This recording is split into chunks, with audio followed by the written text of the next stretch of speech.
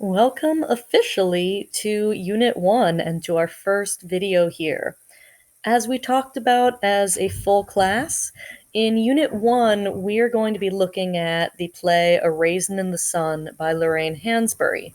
But we're starting off a bit more broadly than that, looking at social protest art.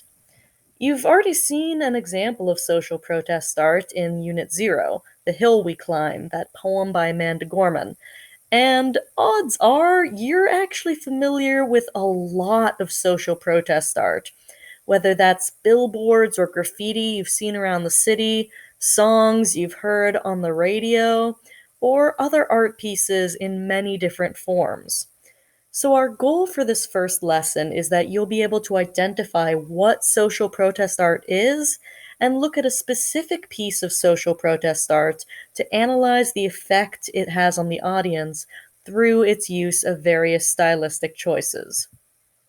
So, what is social protest art? Well, there's no kind of broad definition. It encompasses a lot of different pieces, but some common forms involve movies, songs, books. You might recognize some of these titles either from reading or seeing them yourself, or just being familiar with the names. What all of these have in common is that they're works of either fiction or nonfiction that are trying to push back against the way things are. I mean, if you look at that phrase, social protest art, we can break it down into its pieces. Social means having to do with society, with the connections between people. So it's talking about our community. Protest is pushing back against something, standing up and saying things are not right, here is how they should be. And art, well, that's any artistic representation, be it a song, a poem, a quilt, whatever it may be. So if we put that all together, social protest art is a form of art that's meant to critique and challenge our society with the ultimate goal of changing how people think and hopefully changing society itself.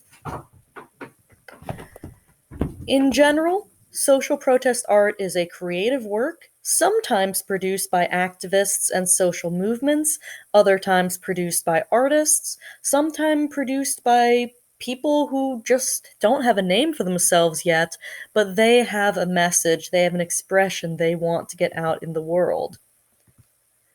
It can sometimes be hard to define because social protest art, by its very nature, exists in opposition to mainstream definitions.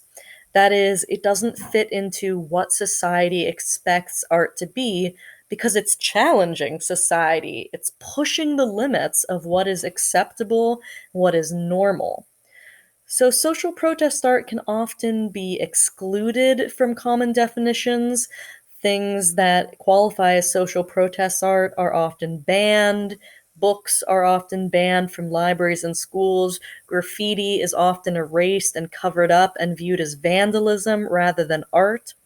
Social protest art has to fight just to be recognized as a legitimate art form. It is art that addresses, let me move this camera. All right.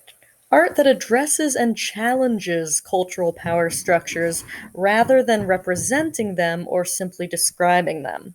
So, if I were to create a piece of art representing Cooper High School as it is, that would not be social protest art, even if there's stuff I don't agree with in there. I would just be representing the school. In order to be social protest art, I have to actually challenge those structures directly. There has to be a purpose behind what I'm doing. Social protest art is art that has a purpose, whether explicit or implicit, that is trying to go against our normative expectations of society and make us think of things a little differently. So, some examples of social protest art: signs, banners, posters, and other printed materials used in a protest. Yes, that includes the official things at the front of the parade, but that also includes a handmade sign you bring to a protest. That is an example of social protest art. Taking existing art and changing its appearance in order to make a comment about social issues can also be a form of social protest art. For example, blackout poetry, where you take existing text and black out parts of it to reveal a new message, can be a common form of social protest art. Some artists have made series where they take classic paintings but zoom in on just parts of them, expressly focusing on things that were originally in the background. For example, paintings of the founding fathers that erase the fathers themselves and focus on their African American slaves, making visible the messages that have been erased.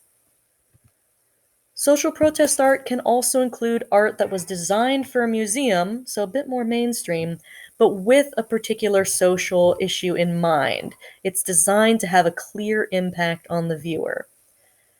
It can also include songs by artists who are commenting on problems in our society. So it can be visual, it can be audio, it can be verbal, and it can include books, poems, and plays by writers who are addressing problems in our society. Of course, the play we will be reading, A Raisin in the Sun, falls into that category.